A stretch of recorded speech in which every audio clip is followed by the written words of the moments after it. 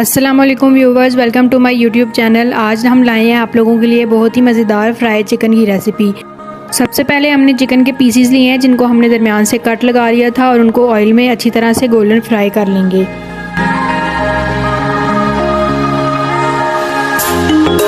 Chicken के pieces हमारे अच्छी तरह से गोल्डन फ्राई हो चुके हैं। अब इन पर हम मसाला लगा लेंगे।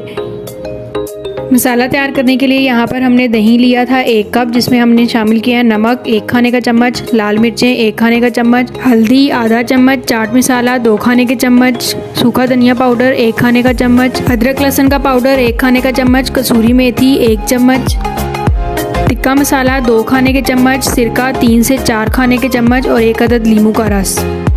इन सब मसालों को दही में अच्छी तरह से मिक्स करके फ्राई चिकन के ऊपर ये सारा मसाला हम लगा देंगे। मसाला हमारा तैयार हो चुका है और चिकन हमारा अच्छी तरह से गोल्डन फ्राई हो चुका है। अब चिकन के पीसेस पर हम ये सारा मसाला अच्छी तरह से लगा देंगे।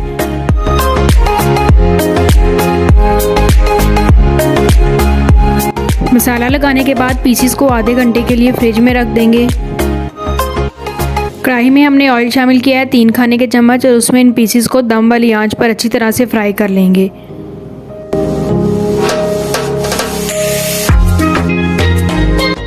और ये हमारा मज़ेदार सा फ्राई चिकन तैयार है।